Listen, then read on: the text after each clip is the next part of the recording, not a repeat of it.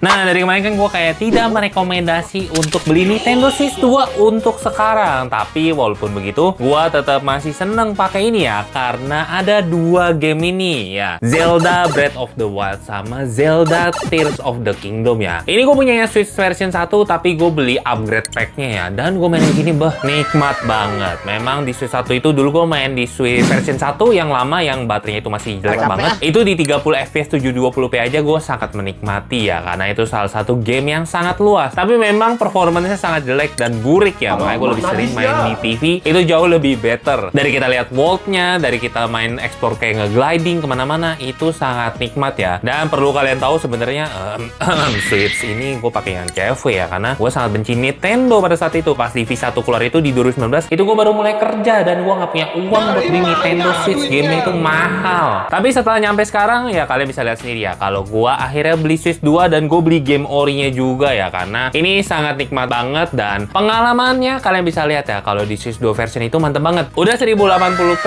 bisa 60 fps lancar, dan kalau kita colok docking juga dia lebih nikmat lagi ya. Bisa sampai scaling di 2K. Di sini gua nggak tunjukin untuk di monitornya karena kayak gua udah tunjukin di sebelum-sebelumnya. Itu sangat mantep untuk main Zelda di sini. Mau dari battle, mau dari kita lihat world-nya, keliling-kelilingnya, itu detailnya sangat dapet ya. Jadi memang Switch 2 ini kalau kalian mainin game first party-nya, gua harus akui nggak ada lawannya, nggak ada yang bisa kalian mainin di PC ya, kecuali main pakai emulator ya. Tapi itu juga emulator belum ada yang stabil dan gue juga belum coba juga tuh. Tapi overall untuk main Zelda, kalau kalian tanya gua, kalian mau beli nih Switch 2 buat main Zelda doang, menurut gua sangat worth it karena sangat banyak waktu untuk yang bisa dihabiskan untuk bermain ini ya. Dulu gue juga main di Switch 1 itu, gue main kayak tamat di tahun 2020-2021 nih, gue udah tunjukin save-nya. Dan untuk TOTK sayang sekali gue berhenti bermain itu karena apa? Nggak kuat sama grafiknya, burik banget. Gue merasa di TOTK itu jauh lebih nge-lag ya. Dan itu gue juga mainnya terakhir di 2023 kalau nggak salah. Dan akhirnya gue stop. Dan akhirnya gue beli di Switch 2 karena ya udah ada budget, karena gue udah stop beli game PS yang sudah tidak eksklusif lagi. Dan tentunya sangat nikmat untuk main Zelda di sini ya. Kalian bisa lihat nih, dari tadi gue udah nunjukin kalau di sini sangat mantep layarnya. Tapi yang gue paling gak seneng apa?